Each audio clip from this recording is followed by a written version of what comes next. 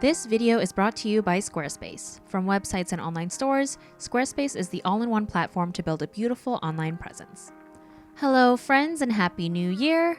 I know that the holidays were probably not spent the way that we had expected to, but regardless, I hope that you are able to make the most of it and are all safe and sound. So to kick off my very first YouTube video of this year, I thought that it would be appropriate to make a similar video that I had made at the beginning of last year, where I talk about my current art goals and what my plans are for my YouTube channel. In the 2020 sketchbook video, I had done a casual sketchbook painting session using jelly gouache, so to mirror that, I will also be working with jelly gouache again, working on some landscape studies in my sketchbook. And as always, details about all the art supplies I use will be listed in the description. But before we get into it, I just quickly want to talk about today's sponsor, Squarespace. As some of you know, I'm currently in the midst of rebuilding a brand new website and storefront, and something that I love about Squarespace is that you can edit your images directly on the platform, which really helps streamline the photo editing process. I'm also really looking forward to not only having a beautiful portfolio, but also having my online shop all on the same website, which not only makes it easier for you guys to navigate my work, but it also feels much more professional. So if you're looking to upgrade or you're interested in kickstarting your year by building your online presence, head over to squarespace.com for a free trial, and when you're ready to launch, go to squarespace.com/imawonder for 10% off your first purchase of a website or domain. So before I start talking about my art goals for 2021, I figured I'd let you guys know what I am doing here. So the paintings I'm going to be working on in today's video are going to be landscape studies of some background screen caps that I got from the animated film Klaus. And while this film is technically a Christmas movie and Christmas has just passed, here in Canada it is still very much wintertime, so I thought that it would still feel very appropriate for this time of year. And funny enough, I actually watched this movie for the first time back in June or July, which is summertime for us, and I was just in love with not only the film, but especially the stylization of the backgrounds and the use of color and shapes. It was just so beautiful and interesting. So I ended up pausing the movie while I was watching it and taking screenshots so that I could refer back to them later. And now I'm recreating them for you here. And I had a lot of fun with it, and I feel like I learned a lot as well. Also, as a side note, I decided to try and film a little bit scaled back so that you could actually see the palette and the mixing tray, because I get a lot of questions about mixing color. And so while I'm not going to really talk about it in this video, I figured that at least that you could see it, and I've tried to edit it in a way where you could still sort of see me picking the colors and mixing them, and that way you can hopefully get an understanding of what I'm doing. And throughout the process, you'll see me adding a clear liquid onto the paints, and that is literally just clear, plain tap water in a little nozzle plastic bottle that I use to dilute the paints. I just find it's a little easier than having 2 jugs of water. So, as a way of preparing for this video and allowed me to reflect on my previous art goals, I went ahead and watched last year's video to give me some perspective. The goals that I had surrounding my YouTube channel were that I had wanted to put more focus on creating consistent content, and I had also talked about making art tutorials. 1 year later, and I can definitely say that I have made tons of YouTube content, almost 1 video a week to be more specific, but I also realized that I did not want to make art tutorials. The thing about the goals I had set in that video last year was that my YouTube channel was pretty new at that point, and I was still getting a feel for what type of content I enjoyed making. Tutorials was something that initially I thought I wanted to do, and I knew that it was something that people were going to be interested in. But now that I have gotten a better feel for making videos, I realized that I just wasn't really interested in making tutorials. And I definitely understand that there are people out there who want art tutorials from me, and unfortunately, I'm just going to have to say that they're probably not going to happen anytime soon. And I apologize that this might be disappointing to some of you, but ultimately, YouTube videos require a lot of time and energy, and if I'm not enjoying the process of making the videos, then eventually I will begin to resent making the videos and just not have a YouTube channel. So I think that for me, I'd rather just follow my heart and make the type of content that speaks to me personally.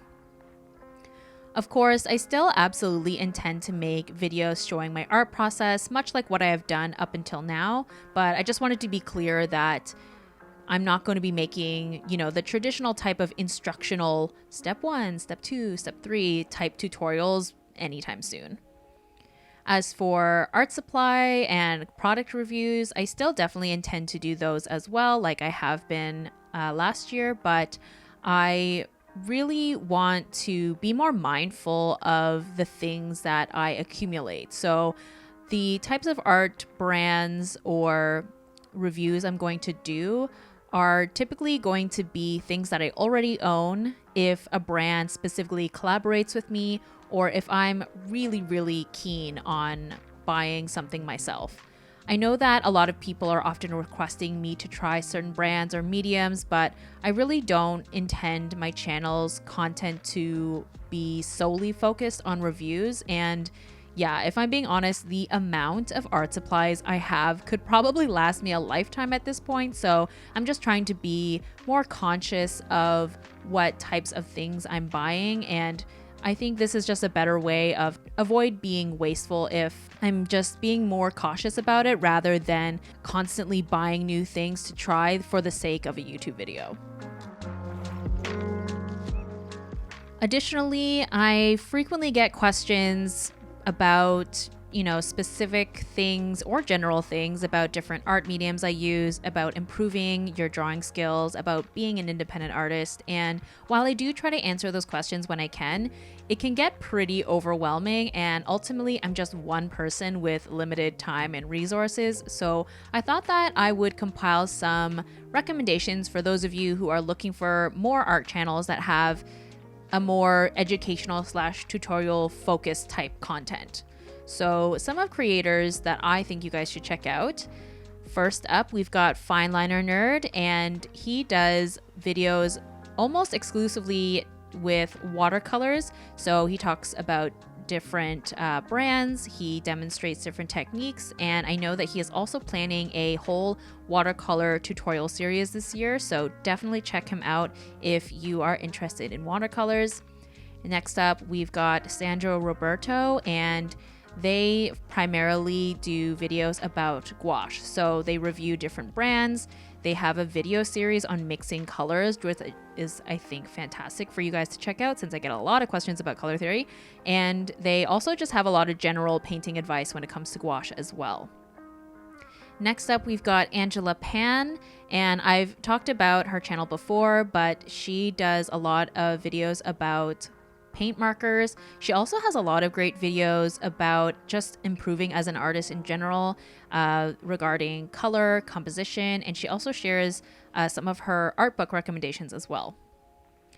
And then if you're someone like me who likes working with tons of different mediums, I'm gonna say her name wrong, I'm sorry, Leoba Bruckner, she's got tons of illustration and painting tutorials on various different mediums such as oils, watercolors, color pencils, and more. And then for the next one, we've got Coterie Inc. And his channel is quite new. He's only got a couple of videos out right now, but his videos seem to be really, really focused on improving your drawing skills with a kind of laser focus on figures and characters and things like that. So I highly recommend checking him out for improving your drawing skills. And then lastly, I'm going to mention Nadia Axel. She is primarily a digital artist, but she has tons of videos about not only digital illustration, but as well as being an independent creator and how to go about commissions, your shop, setting up a YouTube channel, tons of stuff. And very last thing I'm going to mention is I always get asked questions about being an independent artist, running a shop, making merchandise, filming YouTube videos, etc., etc. And I have compiled a playlist with tons of different videos from lots of different artists that you can refer to, because I just cannot teach you all of these things myself. And there are so many resources out there already by people who probably have a better understanding of it than I do. So all these things will be linked in the description. Check them out. Okay, now for me to actually talk about my art and YouTube channel goals this year. So looking back at 2020, I hit a lot of major art career milestones that I am incredibly proud and grateful for, such as the growth of my YouTube channel, starting a Patreon page, and the success of my online shop. However, when I look back at the body of work that I created, most of the pieces that I made, I'm not really happy or satisfied with the majority of them. Overall, I actually feel like I made way more pieces that I'm particularly happy with back in 2019. For weeks, I've been racking my brain trying to figure out why that is. And I think that it really comes down to the fact that being an active content creator is quite the double-edged sword. Like I just mentioned, having a YouTube channel, Patreon, and a shop are all amazing things that have allowed me to make a living off of my artwork, which is truly a dream come true. It's so surreal. But the downside is that they all require so much time and energy that it ended up taking a toll on my creative process. All year, I was constantly chasing deadlines, which resulted in either artwork that was quite simple and or rushed. I also think that my tastes are changing as well, and the current artwork that I make just doesn't really quite match up. So with all that being said, my main art goal this year is to explore and experiment so that I can hopefully create illustrations that I can be proud of. I want to continue to push my art style so that it can grow into something that is even better than what I'm at right now, which is something that I'm always preaching to people when I'm asked about art style. Naturally, it's going to change, and I think it's good to embrace that change, because not only do your skills improve over time, but so will your interests and your tastes. All of these things will translate into your own artwork. Unfortunately, there just has to be some growing pains, which I feel like I'm in that kind of transitional growing pain period right now. So how do we get through this? So some of the things that I've been doing is going back to the basics, back to the fundamentals. I have been trying to do many more figure studies in my sketchbook to continue to get better at drawing not only female figures, but also male figures as well. I also intend to do more studies in general, whether it be still life, animals, or landscape and cityscapes. I often stress the importance of using photographs as reference for your artwork, which I absolutely still stand by. Those are really important things to do. However, I also think that there's a lot to be learned from studying really great artists that you admire as well. All of these things are the reason why I chose to paint these Klaus screen cap studies in today's video. I feel like I was able to learn a lot about the use of color, value, and ways of stylizing different landscape elements.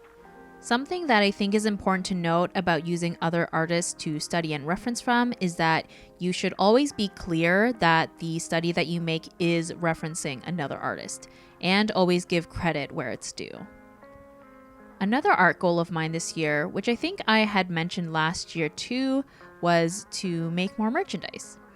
I didn't get the chance to make much last year besides prints, but this year I'm hoping to finally make some patches, also more pin designs, keychains, stickers, and potentially some risograph prints. For those of you who are not familiar, risograph is a specialty type printing that originated in Japan, and it's kind of like a cross between screen printing and photocopying. The riso, it prints one color at a time in really bright, vibrant colors, and if you want second or third colors, you pass it through a second and third time. And this ends up resulting in, kind of like a screen printing effect where sometimes they're slightly off register and the colors are layering over on top of each other, like with a photocopy. And it's just really unique. And I find that it just has a different feel and look than traditional inkjet or laser printing. I've always really admired and loved the look of Riso prints, and for a long time I never got any done myself since my usual artwork just doesn't lend itself to this type of printing.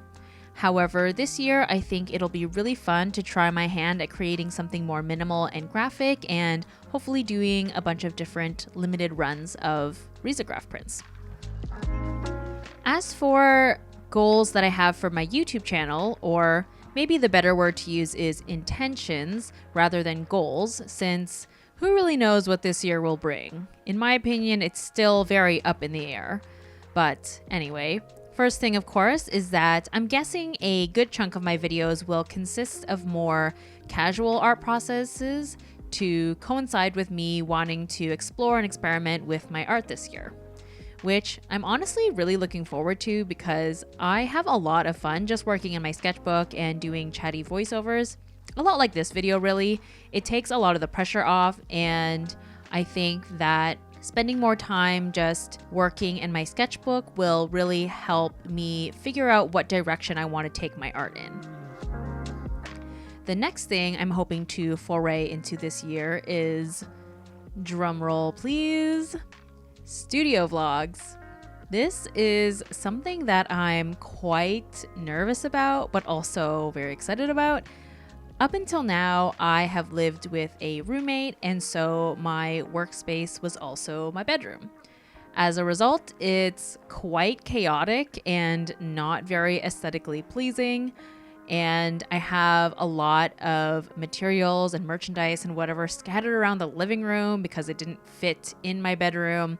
And so whenever I was packing orders for my shop, I'd have to run out into the living room back and forth, and it was a disaster. It was very chaotic is probably the right word for it, and overall just not an ideal setting for vlogging. But at the end of this month, I will be officially living by myself, which allows me to have a dedicated room as my studio, and so it'll be totally transformed. And I have a ton of cleaning, reorganizing, and decorating ahead of me, but I'm really looking forward to having a proper dedicated studio space.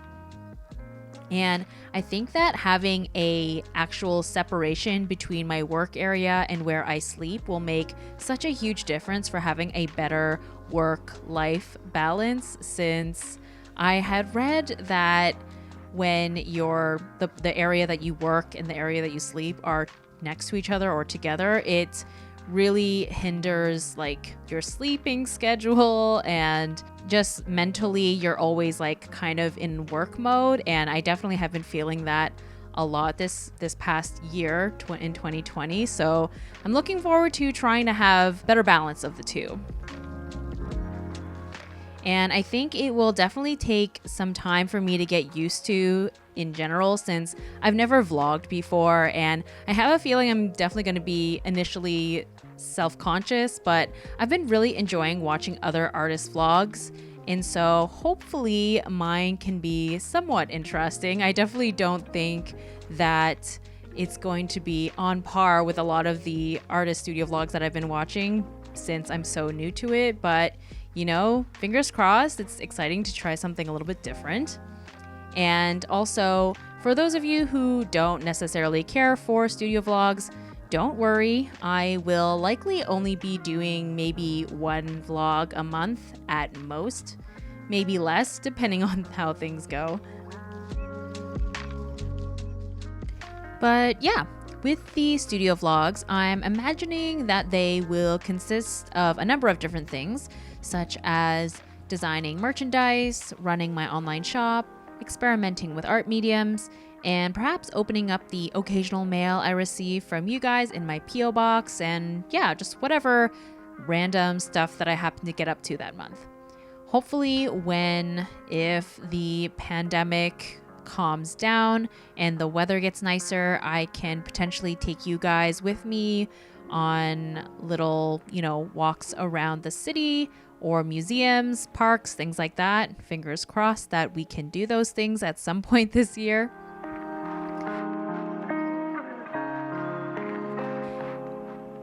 And then another thing that I am considering, but is not something that I'm planning to do for sure, is trying out live streaming on Twitch. I'm sure many of you are familiar with the fact that I have done a fair amount of live streaming on Instagram and have a few times on here on YouTube as well.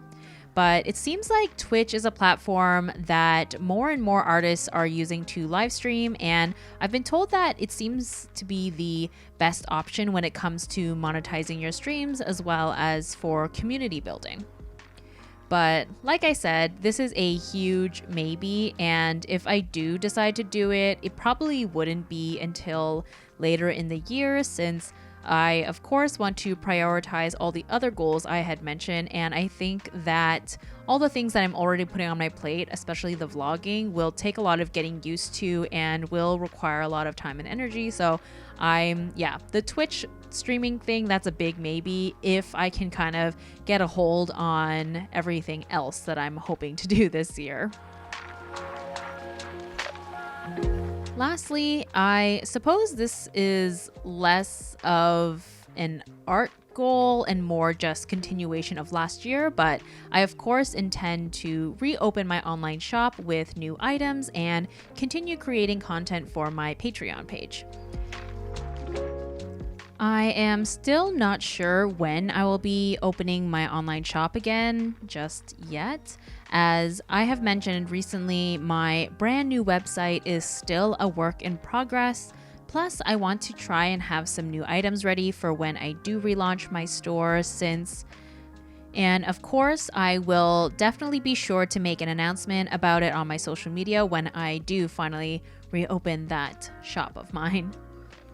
And for my Patreon page, at the moment, I pretty much just plan to continue doing what I have been for the past few months, which, if you don't already know, I have exclusive behind the scenes content over there, such as sketchbook pages, art tips, monthly exclusive videos, and I send out limited edition prints and stickers as well.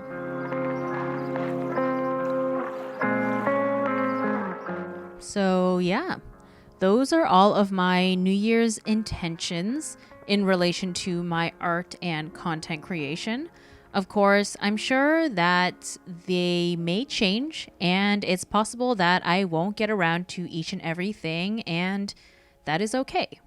If you're someone who doesn't make New Year's resolutions, or if you've decided not to have a list of goals this year, that is perfectly fine.